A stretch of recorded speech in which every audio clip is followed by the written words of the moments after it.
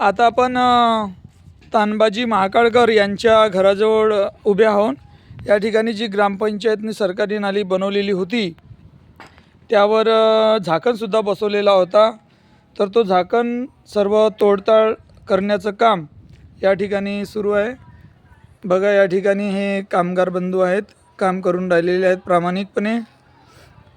आणि हा जो पाणी आहे, हा पाणी अगोदरचा जे निर्णय होतं वरणीचं पाणी आड्याले, अर्थात तानबाजी महाकाळकर यांच्या घरापासून पाणी हा माजी सभापती रामकृष्णजी वंजारी यांच्या घराकडे जाण्याचा जो निर्णय घेतलेला होता ग्रामपंचायतच्या सरपंचांनी, ग्रामपंचायतनी, तो निर्णय आता रद्द करून हा पाणी महेंद्रभाऊ सोनसरे यांच्या घरापासून तर आता देवीदासजी वंजारी यांच्या घराकडे या पाण्याचा प्रवाह होणार आहे। यामुळे या नालीमध्ये पाणी जमा राहणार नाही आणि सुरळीत पाण्याचा प्रवाह राहील।